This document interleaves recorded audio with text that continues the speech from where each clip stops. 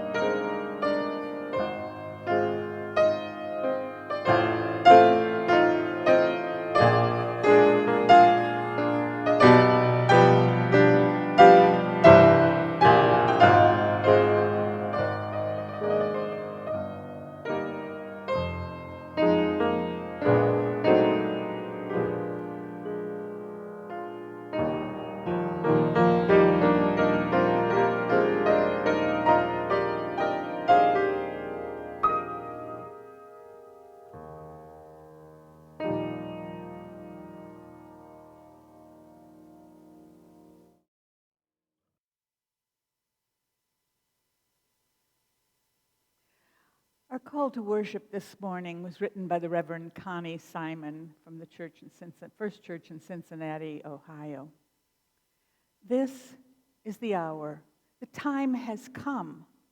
Mindful of our responsibilities as leaders and followers of this faith and guardians of the living tradition, we call upon that great cloud of witnesses, those who came before, those who are here now, and those who are yet to come. We seek their presence, their love and support in this place at this hour. We are not alone. We are never alone. Our hymn leader this morning is Reneel Baker, and our opening hymn is number 288, All Our Architects. Please join us.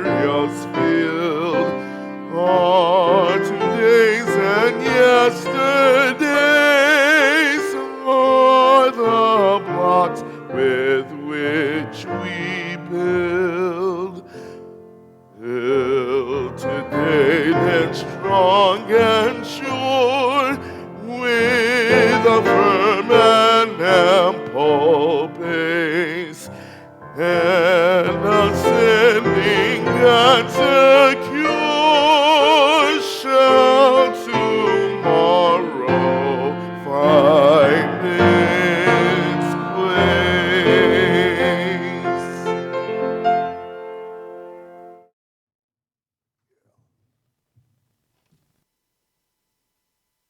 We light our chalice this morning with the words from Freedom of Faith by Heather K. Januels.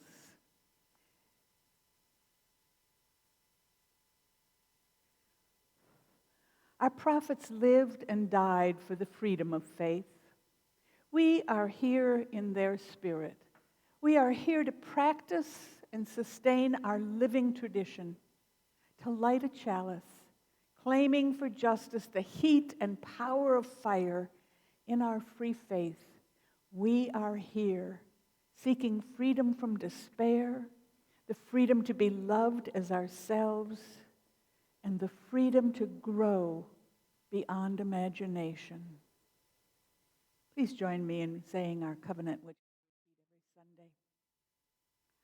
Love is the doctrine of this church. The quest of truth is our sacrament, and service is our prayer. To dwell together in peace, to seek knowledge and freedom, to serve others in community, to the end that all souls shall grow into harmony with creation. Thus do we covenant with one another. I'm going to talk today about the 6 sources of our living tradition. That's 6, not sick. They can be found in the document, in the bylaws of the Unitarian Universalist Association, following the 7 principles that we affirm and promote. The living tradition is what we call our history, which includes our present day and our future. Right there, in that brief introduction, is enough material for 6 more worship services. But today, I'm going to concentrate on trying to understand the importance of those 6 claimed sources. And as we prepare for this service together, I ask you this: what is the source of your faith? What gives you courage, inspiration, respite, responsibility, caring, and peace? For I believe that faith includes all of these things and more. But for now, we'll start with a story for all ages, which is called Passing the Peace and was written by Mariah Converse. I am a Unitarian Universalist. I have friends who are Jewish and Christian and Muslim. I have friends who belong to other faith traditions too. Sometimes I go to their worship services with them. Have you ever been to a Catholic Mass? That's what the Catholics call their worship service. It's very different from Unitarian Universalist services. I love that in Catholic Mass, they always do the same thing every week, everywhere in the world, and they call them rituals. My favorite ritual of Catholic Mass is called Passing the Peace. When you pass the peace, everyone stands up at their seats and turns to everyone they can reach, and they shake hands and they say, "Peace be with you." I like passing the peace because it makes me feel welcome and included. And it happens in Lutheran and Episcopalian worship services too, and probably many others. My Muslim friends have something similar to passing the peace, but it doesn't only happen in the mosque, which is what Muslims call their houses of worship. Muslims pass the peace whenever they meet, anywhere in the world. And no matter what language they speak, Spanish, English, Chinese, Malay, Muslims around the world pass the peace in Arabic. As-salamu alaikum. Peace be with you. There's something else I like about passing the peace the Muslim way. It's also sort of a code. In Islam, there are 99 names of their God, or 99 words to explain who God is and what God does. And some of the words to describe God include mercy, justice, gentleness, generosity, friend, and guide. My favorite Muslim word for God are compassion, love, and peace. So when a Muslim says, Assalamu alaikum, peace be with you, they are also saying, justice be with you, mercy be with you, compassion be with you, love be with you, and generosity of spirit be with you. Well, we have a song that goes like this. It's in our teal hymnal. When I breathe in peace. And when I breathe out love. So until we can breathe on each other again, perhaps we ought to start saying, peace be with you. And answer, and with you as well, peace and love. Here's my first response to the questions I asked about your sources of faith. Oh, where to start? Maybe a little history first. The 6 sources, which followed the 7 principles in the UUA bylaws, were written at the same time as the principles and voted on in 1984 and 1985. I was at General Assembly in 1985 when they were finalized, but I don't have any memory of discussing the sources prior to that or including them in the vote, just the 7 principles. But they must have been a part of it all. I just have no recollection. Similarly, we don't refer to them as often as we refer to the principles. And I don't know why that is, because I think they are equally as important, maybe even more so, which is why I'm talking about them now and wondering why I haven't done it sooner. The sources started out as 5. The 6th was added in 1995, and some words were changed in the 2nd source in 2008. So if you look at them in your hymnal, they won't be current. Before we return to in-person services in the fall, I'll make sure that there are some wallet cards with the revised sources on them available to you on the table near the brochures. In the meantime, if you want to read them for yourself, simply go to uua.org and search sources. The sources are part of what we call the living tradition, that which connects us to the past and the future. The words that introduce them are these: the living tradition we share draws from many sources, and that section ends with the words, grateful for the religious pluralism which enriches and ennobles our faith. We are inspired to deepen our understanding and expand our vision. Those words in themselves practically shout, this is important, enriches and ennobles our faith. We are inspired to deepen our understanding and expand our vision. What I appreciate most about them is that they give us our religious authority. Our authority for being, for doing, for remembering, and for growing as individuals. Traditionally, Unitarian Universalists like to think about freedom when they talk about their faith and their religion, their beliefs. Authority isn't our favorite philosophical stance. I think we prefer our own experiences as our authority, or what we can see and touch and hear. We can control those things. We understand those things. But think about it. Religion, faith, even experience requires some authority for understanding, for interpreting, for guiding. Many religions have a sacred scripture like the Bible or the Quran as a wisdom collection, or a wisdom collection like the Hindu Vedas or the Buddhist Sutras. Many of them have a prophet who began the tradition, or a set of arbiters who keep the faith going in the right direction. Personal experience is certainly a measure of life, but it isn't an authority. And the more I experience my own life and the lives of others with whom I have joined and enjoyed, I truly believe individuals do not have the wisdom to be their own authority. They need at the least one another, a shared wisdom, a covenantal relationship, a mutual understanding, a checklist against which to monitor themselves from time to time. And this is exactly what the sources provide.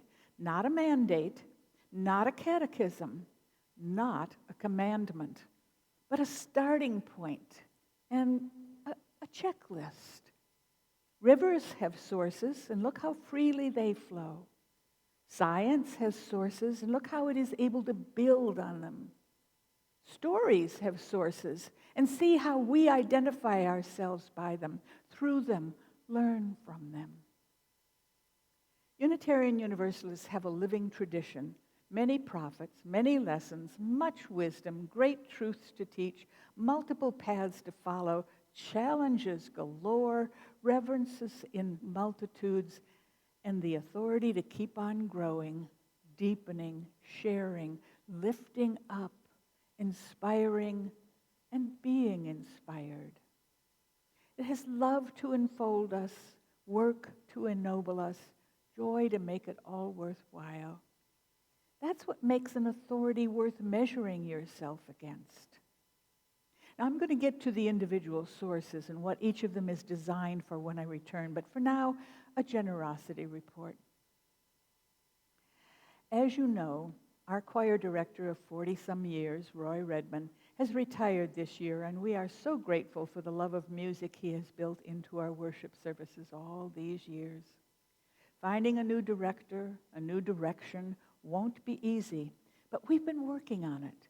The music committee, comprising Marianne Clark, Della Purdon, and David Bindi, have been working with me to find an interim solution. And we have been talking to a music major at Texas Wesleyan College who has been recommended to us and who is willing to be our interim director for the coming semester, that is August through the end of the year. We are working out the details, and I will have more to tell you about this joyful solution in coming weeks as we finalize our negotiations. We are all excited, and I think you will be as well. I have a reading now called Beatitudes for Justice Builders. It was written by the Reverend Lindy Ramsden. Justice is a big part of our living tradition, and I thought this reading was a good companion to today's discussion. It is part blessing, part fervent prayer, and part faith-filled hope. It goes like this. Blessed are you who can question your own assumptions and listen with an open mind. You will receive new insights beyond your imagining. Blessed are you who suffer the attacks of others to stand up for what is right. You will not be alone, for your courage will inspire others to rise. Blessed are you who build friendships as well as justice. Even when you lose an issue, you will have strengthened the foundation of your community. Blessed are you who take delight in people. You will not be bored in meetings. Blessed are you who agitate the placid waters of complacency. You will create waves in the inertia of privilege, and you will know the thrill of riding the surf of change. Blessed are you who lead with enthusiasm and confidence, resisting the temptation to shame the apathetic or self-absorbed. You will inspire curiosity and hope in others. Blessed are you who play as well as work. You will have more fun, build more energy, and will draw the powers of the impish to your cause. Blessed are you who ask for help in your role as leaders. You will find teachers at every turn, and your work will remain interesting and alive. Blessed are you who, when wrongfully attacked, find safe outlets for your righteous rage. Your mind will be clear, your decisions strategic, and your progress will not be derailed by the backlash of the fearful. Blessed are you who sing and dance, for you will find energy and joy to lift you on your journey. Blessed are you who offer thanks and praise fivefold for every critique. Your children will want to visit after they are grown. People want to serve on your committees, and friends will be interested in your opinions. Blessed are you who study the rhythms of history. You will have knowledge with which to shape the future. And blessed are you who work in coalition rather than in principled isolation, for you will meet great people, learn things you didn't realize you needed to know, and have partners for the journey when you are in the lead or in need. Blessed are you who volunteer to be secretary and take good minutes. Your words will become history, and your efforts will move steadily forward rather than running absent-mindedly over thoroughly discussed ground. Blessed are you who discover, train, and encourage young leaders. You will see your work expand and grow beyond your own time and talent. Blessed are you who can change your mind. You are still alive. Blessed are you who will not let the perfect be the enemy of the good. You will see progress in your lifetime. Blessed are you with an active spiritual life. You will find perspective and comfort in times of loss and betrayal, and will rise without cynicism to meet the challenges of a new day. And finally, blessed are you who live from a place of gratitude, for you will know the meaning of life. So many people to bless, and we are blessed with so many of them. Let us sing together, Blessed Spirit of My Life. It's number 86 in the gray hymnal.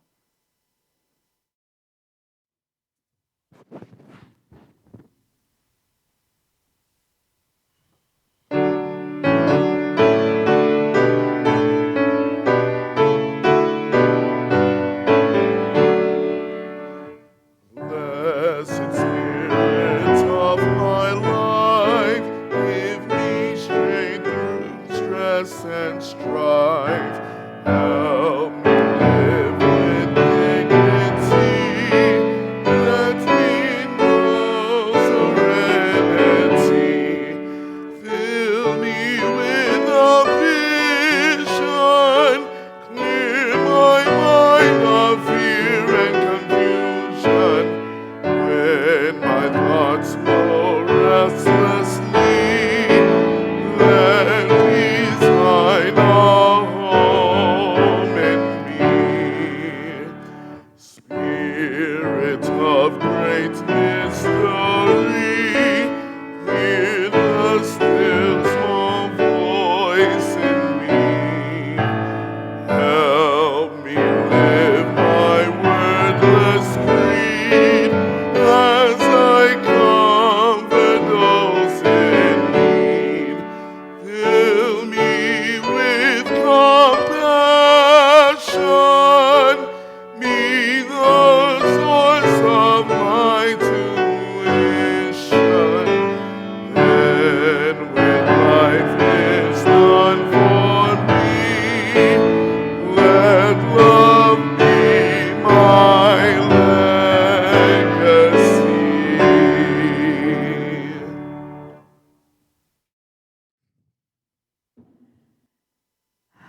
Let love be my legacy. How many times that has already come up in this morning's discussion? It occurs to me as I put my thoughts on paper, and again as I am here preparing to speak them, that each of the 6 sources could stand alone in its own service. Or perhaps we can save them for a future discussion, one at a time, each of us acknowledging our enthusiasm or hesitancy about them. But for now, I am prepared to give you an introduction. The Reverend Kathleen Rowlands, in an article in the UU World, wrote, "We live out our principles within a living tradition of wisdom and spirituality, drawn from sources as diverse as science, poetry, scripture, and personal experience. Well, these are the 6 sources our congregations affirm and promote. First, there is the direct experience of that transcending mystery and wonder affirmed in all cultures, which moves us to a renewal of the spirit and an openness to the forces which create and uphold life. I'm going to read that again. It's pretty wordy and complicated. Direct experience of that transcending mystery and wonder affirmed in all cultures, which moves us to a renewal of the spirit and an openness to the forces which create and uphold life. Now, we do acknowledge personal experience as one of the sources of our faith, but not just any old experience. Experience of that transcending mystery and wonder affirmed in all cultures. That's what holds it all together for me, knowing that a transcending mystery and wonder are experienced by everyone, everywhere. It is for me the questions that include, why am I here? What is my purpose in life? Why do I connect so emotionally with the full moon or the rising and setting sun? How can my friends love me when I am so aware of my own flaws and shortcomings?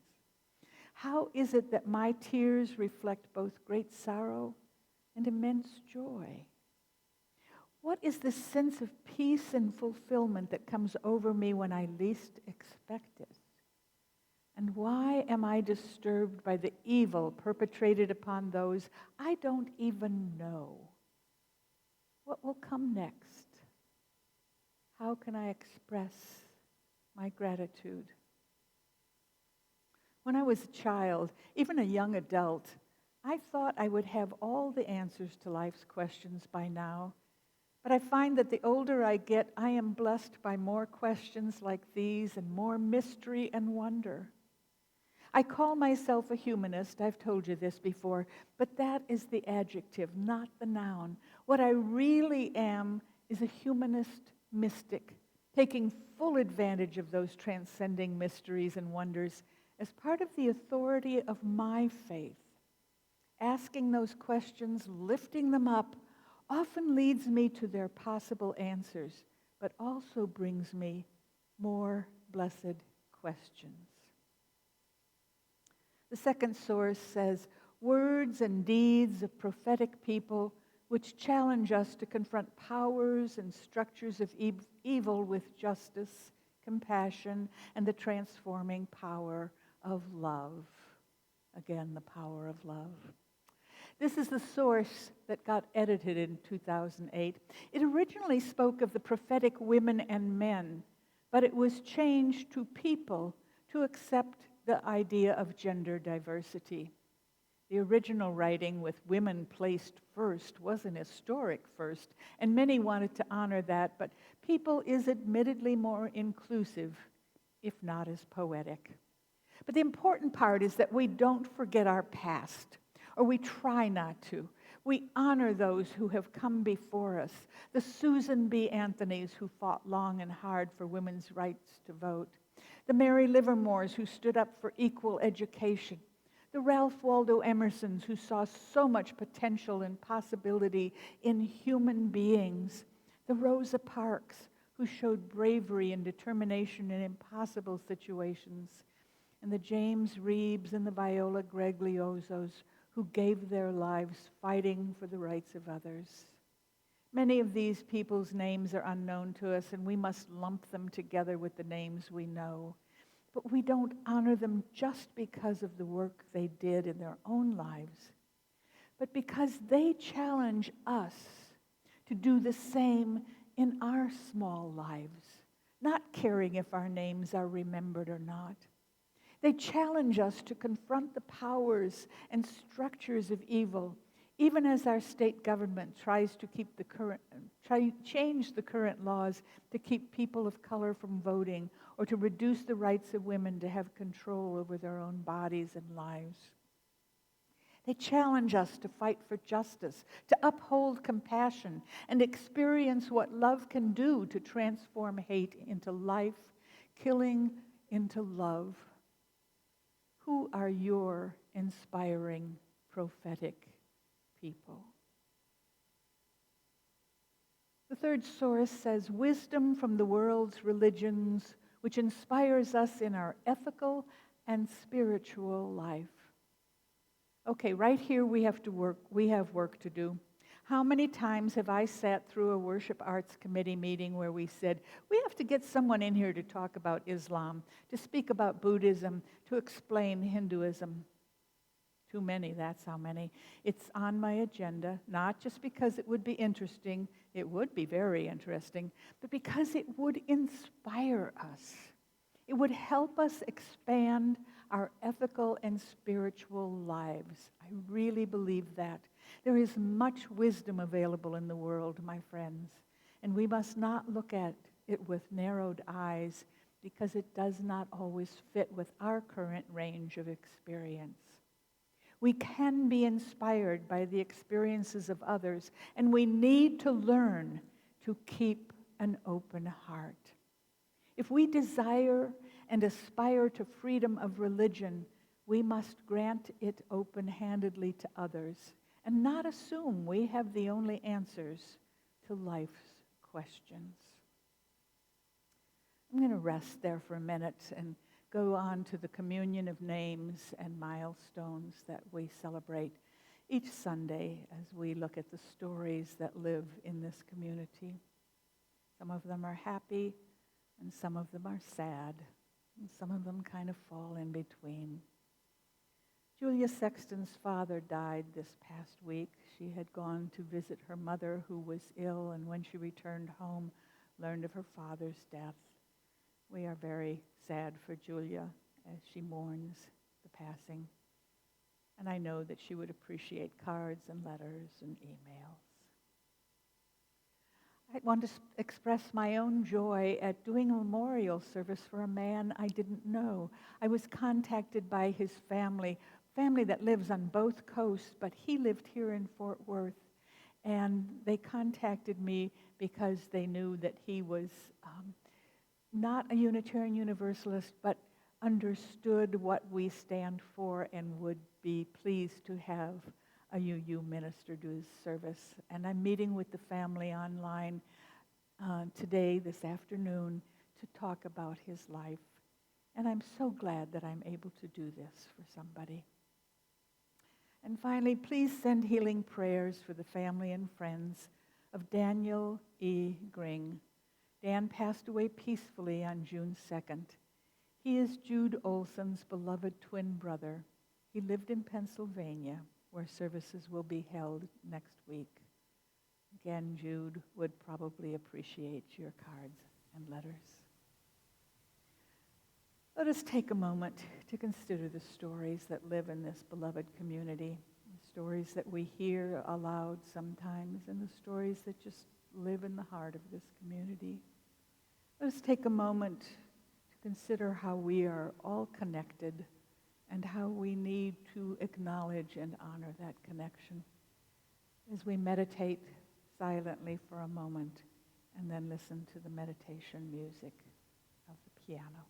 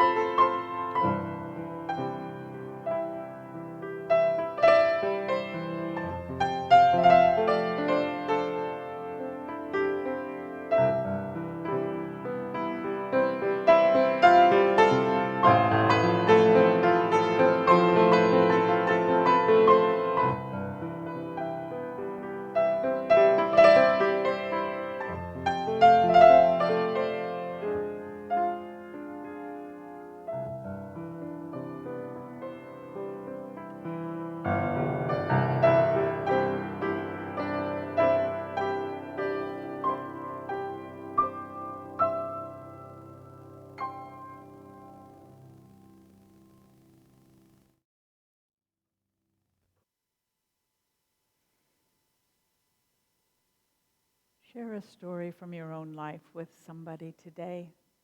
It is important because it is how we stay connected in this time of separation. Let's get back to the sources. The final three sources are more specific in their drawing authority from familiar religious faiths. Let's look at them all together, and then I'll draft out some additional meanings to their moral compasses. So the fourth source is Jewish and Christian teachings which call us to respond to God's love by loving our neighbors as ourselves.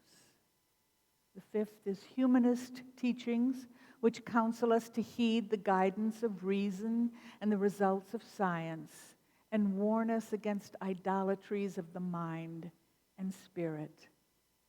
And finally, spiritual teachings of earth-centered traditions which celebrate the sacred circle of life and instruct us to live in harmony with the rhythms of nature.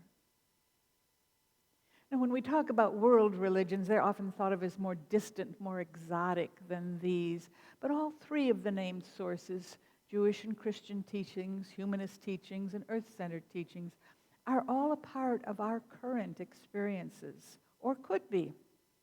Sometimes we're too close to them to see that.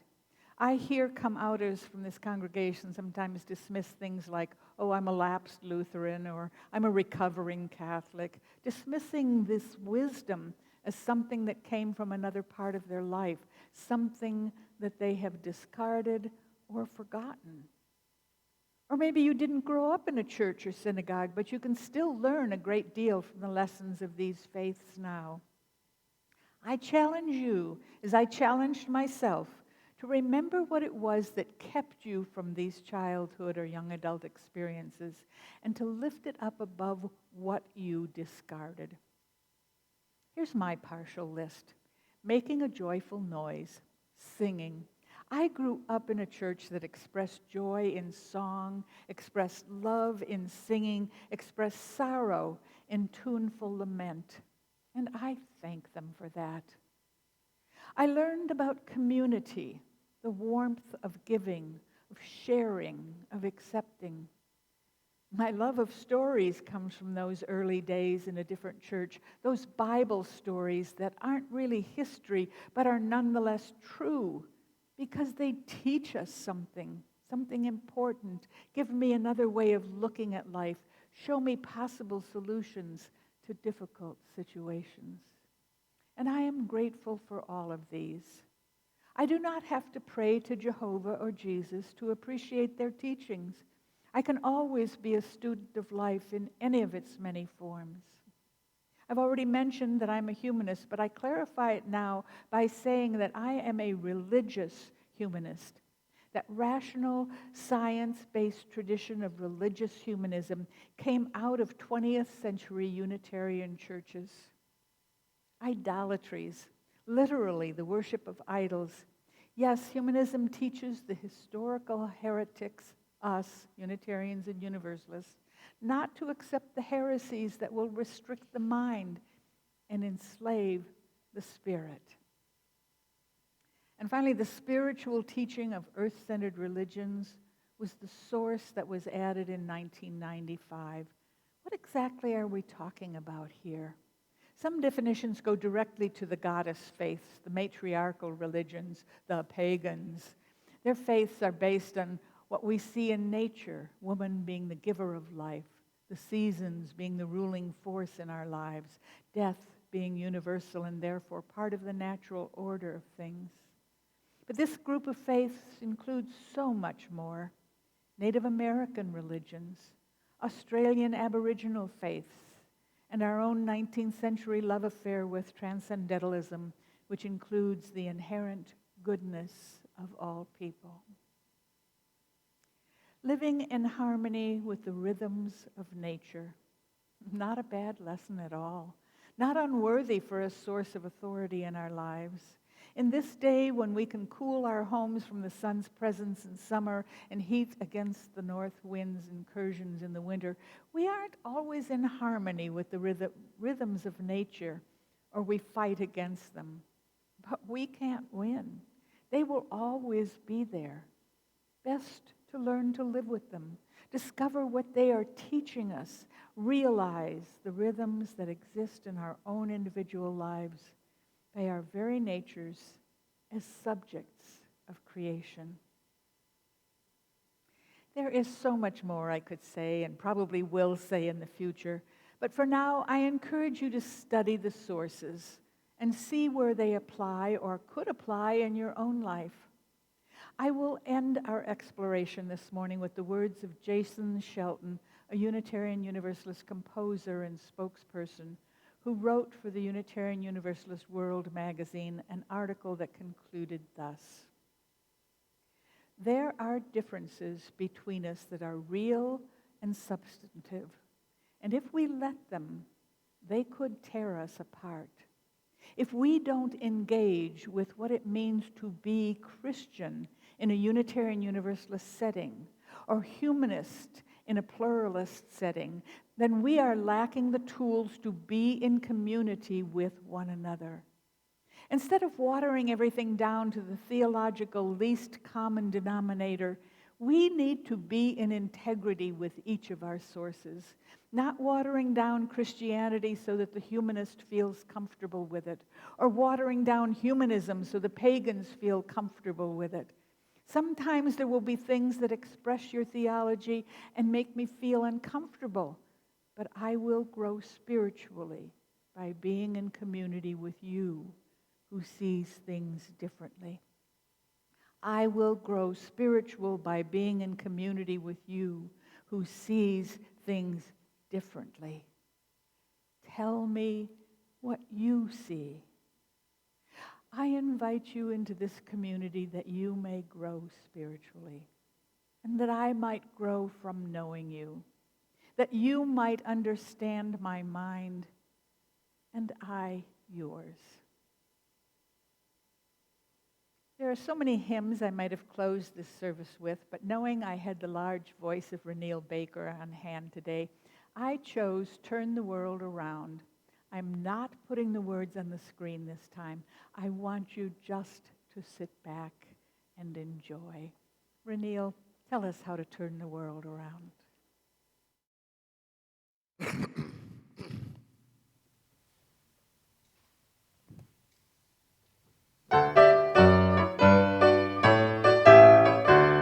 We come from the fire, living in the fire. Go back to the fire, turn the world around. We come from the water, living in the water. Go back to the water, turn the world around. We come from the mountain, living on the mountain. Go back to the mountain, turn the world around. Whoa, so is life. Ah, so is life. Whoa, so is life. Ah, so is life. Do you know who I am?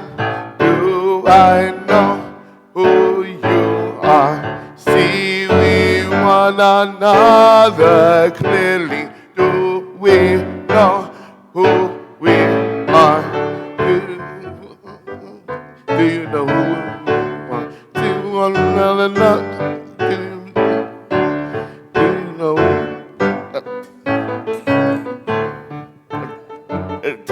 Time out, time out.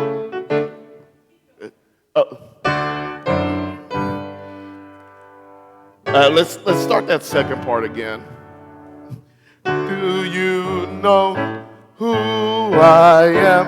Do I know who you are? See we one another clearly. Do we know who we are?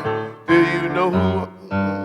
Do you know who you are? See one another clearly. Do you know who we are? Do you know who I am? Do you know who we are? See one another clearly. Do we know who we are? Whoa, so is life. Whoa, so is life. Whoa, so is life. Abatewa. So is life. Water make the river, water wash the mountain, fire make the sunlight turn the world around. Heart is of the river, body is the mountain, spirit is the sunlight, turn the world around. We are of the Spirit, truly of the Spirit. Only can the Spirit turn the world around. Whoa! So is life, Abatewa. Ha! So is life. Oh, so is life, Abatewa. Ha! So is life. Oh, so is life, Abatewa. Ha! So is life. Oh, so is life, Abatewa. So is life.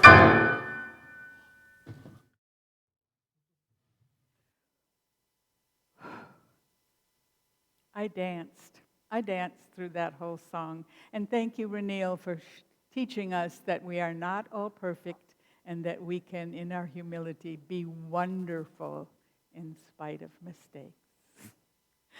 That was great. I'm going to extinguish our chalice now. It was lit for our growth, for our being together, for our learning from one another. I can extinguish it because it lives in our hearts and in our minds.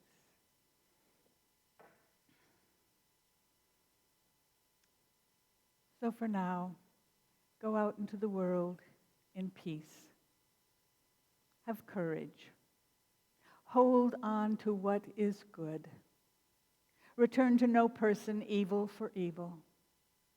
Strengthen the faint-hearted. Support the weak. Help the suffering. And honor all beings. So may it be in all our lives.